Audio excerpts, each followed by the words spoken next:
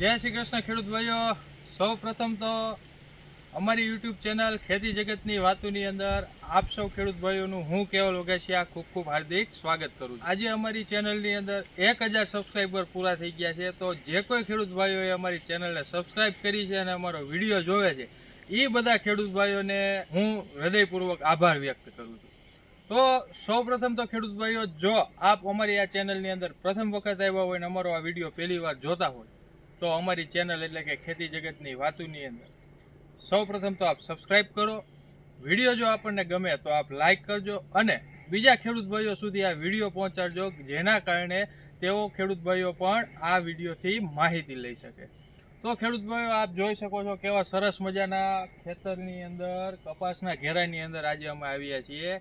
તો ખાસ કરીને જન્માષ્ટમી જેવો અવસર ગયો અને સાથે સાથે મેઘરાજાએ મહેર પણ કરી અને આપણા વિસ્તારની અંદર બહુ સારા એવા પ્રમાણની અંદર વરસાદ પણ પડ્યા છે। જે કોઈ પણ ખેડૂત ભાઈએ ગયા વર્ષે પણ જો કપાસ કર્યો હશે તો ગયા વર્ષે પણ વરસાદની પરિસ્થિતિની બાદ કે વરસાદ થયાના બાદ આપે પણ એક પરિસ્થિતિનો સામનો કરવો પડ્યો હોય છે કે એ પરિસ્થિતિ છે કે કપાસ ઊભો સુકાઈ જાવ। આજે ઘણા બધા ખર્ચા પણ આપે કર્યા હશે આપના કપાસ જે સુકાતો છે એને રોકવા માટે। તો ખેડૂત ભાઈઓ, ખર્ચા કરવા કરતાં પણ ખાસ મહત્વની બાબત એ હોય છે કે પહેલાં તો કે ભાઈ આ પરિસ્થિતિનું નિર્માણ શું કામ થાય છે એ સમજવું।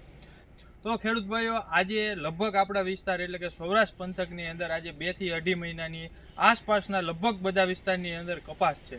આ જેવી રીતે આપ આ કપાસની અંદર પણ જોવો છો કે ફાલ ચાપખા સારા એવા પ્રમાણની અંદર લાગ્યા છે, કપાસની ઊંચાઈ પણ સારી એવી છે। પરંતુ જ્યારે વરસાદ પડ્યો તો આપ નીચે પણ જોઈ શકો છો કે અત્યારે ફાલ ચાપખા છે એ કેટલા પ્રમાણની અંદર ખરી ગયા છે। તો સૌ પ્રથમ તો અત્યારના કે વરસાદ બાદની જે પરિસ્થિતિ થાય ત્યારે જે આપણને કપાસના પાકની અંદર નુકસાની થતી હોય છે એ હોય છે ફાલ ચાપખા ખરી જવા અને સાથે સાથે કપાસ ઊભો સુકાઈ જવો। તો આ કપાસ ઊભો સુકાઈ જવા પાછળના કારણ શું હોય છે તો કે જે વરસાદની ખેંચ પડી ખેડૂત ભાઈઓ, કે વરસાદના ખેંચ બાદનો જે વરસાદ આવે લીધે જમીન ઉપર એક પ્રકારનું આવરણ લાગી ગયું હોય છે કે જેના કારણે આપણે એને કહેતું દબડાવીને વરસાદ પડ્યો, જમીનને દબાડી દીધી। તો આના કારણે છે એ જમીનની અંદર છે જે કપાસના મૂળિયું હોય, કપાસના પાકનું મૂળિયું હોય એને પણ શ્વસન માટે એટલે કે શ્વાસ લેવા માટે ઓક્સિજનની જરૂર પડતી હોય છે। તો જમીન એક પ્રકારની દબાઈ જાય તો જેના કારણે જમીનની અંદરની જે ઓક્સિજનની અવરજવરની જે જગ્યા હોય છે એ દબાઈ જતી હોય છે કે એ પૂરાઈ જતી હોય છે કે જેના કારણે મૂળિયાને છે એ શ્વાસ લેવાની અંદર એટલે કે ઓક્સિજનની પરિવહન કરવાની અંદર તકલીફ પડતી હોય અને આ તકલીફના કારણે છોડવો છે એ પૂરતા પ્રમાણની અંદર ખોરાક બનાવી ન શકતો હોય, છોડવો છે એ પૂરતા પ્રમાણની અંદર પોષણ મેળવી શકતો હોતો નથી। તો આવી પરિસ્થિતિનું નિર્માણ થાય સાથે સાથે કોઈ આ એક જ કારણ જવાબદાર નથી હોતું ખેડૂત ભાઈ। આની સાથે સાથે જ્યારે વાતાવરણની અંદર ભેજ રહે, વરસાદ એક ધારો રહે, સૂર્યનારાયણના દર્શન ન થાય, આના કારણે જે સૂર્યના પ્રકાશના કિરણો છે એ છોડવા ઉપર ના પડે જેના કારણે ખોરાક પણ ઓછો બનતો હોય છે। તો આ બધી પરિસ્થિતિના કારણે વાતાવરણના ભેજ હોય તો એ ભેજના કારણે ફૂગ ડેવલપ થતી હોય છે। ખાસ કરીને કપાસના પાકની મૂળિયાની અંદર રાઇઝોક્ટોનિયા અને સાથે સાથે ફ્રુઝારિયમ આ 2 પ્રકારની ફૂગ ડેવલપ થતી હોય છે કે જેના કારણે મૂળની અંદર કોહવારો અથવા તો મૂળની અંદર સુકારો આવી જતો હોય છે, જેના કારણે છોડવો છે એ આખે આખો સુકાઈ જતો હોય છે। તો આવી પરિસ્થિતિની અંદર ખેડૂત ભાઈઓ, સૌ પ્રથમ તો આપણે શું કરવાનું છે તો સૌ પ્રથમ તો આપણે વરસાદ રહી જાય અને એમ લાગે કે હવે વરસાદ પડે એવી કોઈ શક્યતા નથી તો તાત્કાલિક ધોરણે આપણી આસપાસનું કૂવાનું અથવા તો નદીનું અથવા તો દારનું પાણી હોય તો એ પાણીથી આપણે આપણી જમીનની અંદર પાલર પાણ ઉતારી દેવાના છે। આજે પાલર પાણ તમે ઉતારી દેશો એટલે જે જમીનની દબાઈ ગઈ છે, જે જમીન દબાઈ ગઈ છે એની અંદર પાણીના કારણે હવા જશે એટલે કે ઓક્સિજનની પરિવહનની પ્રક્રિયા થશે અને ઓક્સિજનના પરિવહનની પ્રક્રિયા થશે જેના કારણે છોડવાને એટલે કે કપાસના પાકના મૂળિયાને શ્વસનની અંદર ફાયદો થશે। આ સાથે સાથે ખેડૂત ભાઈઓ, આજે આપ સૌ જાણો છો ફાલ ચાપખા અને ઝીંડવાની જે અવસ્થા છે આ અવસ્થા ઉપર પાકને વધારે પડતા ખોરાકની પણ જરૂર પડતી હોય છે। તો આમાં આપણે શું કરવાનું છે કે પાલર પાણ આપ્યા બાદ 1 વીઘે 5 કિલો મોરસ્યું એટલે કે ખેડૂત ભાઈઓ એમોનિયમ સલ્ફેટ છે 1 વીઘે 5 કિલો। એમની સાથે સાથે કાર્બેન્ડિઝમ પ્લસ મેન્કોજેબ એટલે કે સિક્સર પાવડર જે માર્કેટની અંદર મળે છે એ પણ 1 વીઘે 200 ગ્રામ લેખે આપ મોરસિયા ભેગું ભેળવી શકો છો. અને એમની સાથે સાથે આપે મેગ્નેશિયમ સલ્ફેટ પણ આપે નાખવાનું છે. મેગ્નેશિયમ સલ્ફેટ છે એ પણ 1 વીઘે 5 કિલો લેખે નાખવાનું છે. એટલે કે ટૂંકની અંદર વાત કરીએ તો સિક્સર પાવડર છે 200 ગ્રામ, એમની સાથે એમોનિયમ સલ્ફેટ એટલે કે મોરસિયું છે એ વીઘે 5 કિલો અને એની સાથે મેગ્નેશિયમ સલ્ફેટ છે એ 1 વીઘે 5 કિલો.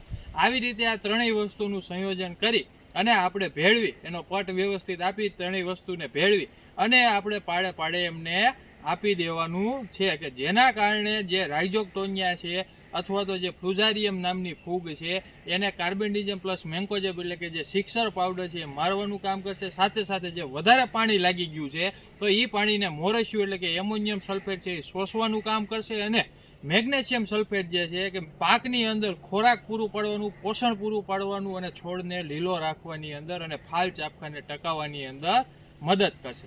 આટલું કર્યા બાદ ખેડૂત ભાઈઓ જો આપણે આના પછીની જે આગળની પ્રક્રિયા કરવાની છે કે આગળની વિધિ જે કરવાની છે તો ખાસ કરીને ફાલ ચાપખા ખરવાની જે સમસ્યા આવશે તો એ ફાલ ચાપખા ખરવાની સમસ્યાની અંદર ખાસ કરીને પવનની ઝાપટ પણ ભાગ ભજવતી હોય છે અને સાથે સાથે વાતાવરણની અંદર ભેજ હોય અને સૂર્યના કિરણો પડતા ન હોય તો આવી પરિસ્થિતિની અંદર 2 વસ્તુ છે એ કપાસના છોડ ઉપર થતી હોય.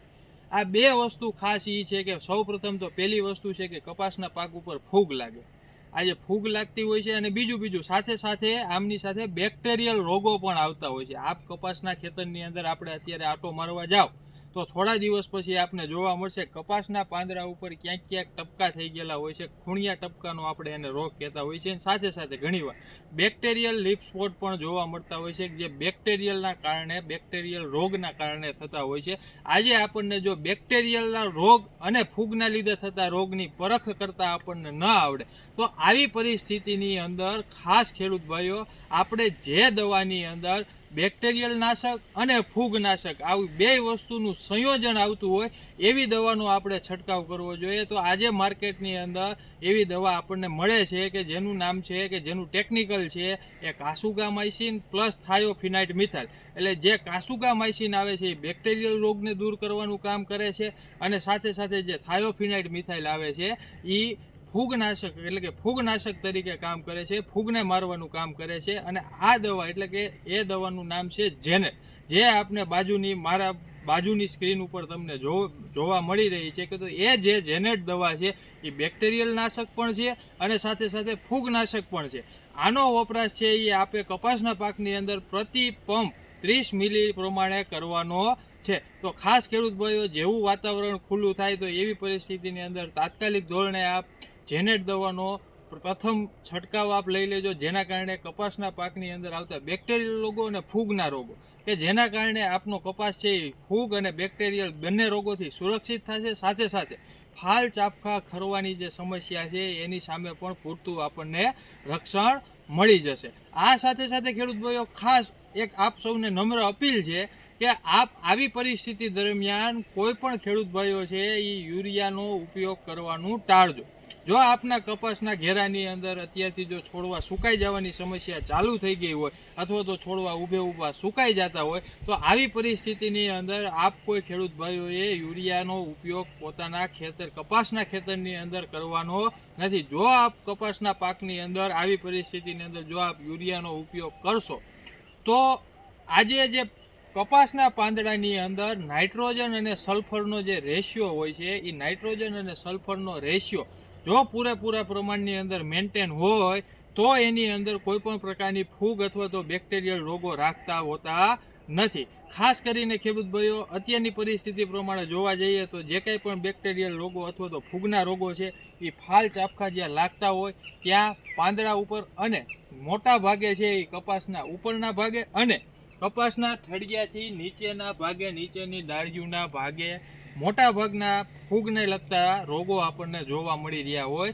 તો આવી પરિસ્થિતિની અંદર જે જેનેટ દવા હું તમને કહું છું એ સિસ્ટેમિક દવા પણ છે અને કોન્ટેક્ટ દવા પણ છે. સિસ્ટેમિક દવા એટલે કે આજે તમે છંટકાવ કરશો એટલે એના પર્ણથી એટલે કે એના પાનથી લઈ અને ડાળીથી લઈ અને એના મૂળિયા સુધી દવા પહોંચી જાય એને સિસ્ટેમિક દવા કહેવામાં આવે. તો એ જેનેટનો ફાયદો આપને એ થશે કે બધા પાંદડા ઉપર અથવા તો બધા છોડ પૂરેપૂરા છોડ ઉપર એ દવા લાગી જાય. જો ખાસ ખેડૂત ભાઈઓ મેં તમને જે ભલામણ કરી ફરીથી એક વખત આપને રિપીટ કરી દઉં છું કે આવી પરિસ્થિતિની અંદર સૌપ્રથમ તો જમીનની અંદર એટલે કે નીચેથી આપણે સિક્સર પાવડર છે એ 200 ગ્રામ સાથે મોરસ્યું એટલે કે એમોનિયમ સલ્ફેટ છે એ 5 કિલો અને મેગ્નેશિયમ સલ્ફેટ છે એ 5 કિલો પ્રતિ વીઘા દીઠ નીચેથી આપી દેવાનું છે અને ઉપરથી જેનેટ જે દવા છે એનો પ્રતિ પંપ પ્રમાણે 30 ml લેખે આપણે છંટકાવ કરી દેવાનું છે. જો ખેડૂત ભાઈઓ આ પરિસ્થિતિની અંદર આપણે એટલું કરી લીધું તો આજે આપણો કપાસ છે કપાસના પાકની અંદરનો સુકારો છે એની સામે પૂરતું રક્ષણ મેળવી શકતું. સાથે સાથે ફાલ ખરવા ચાપખા કરવાની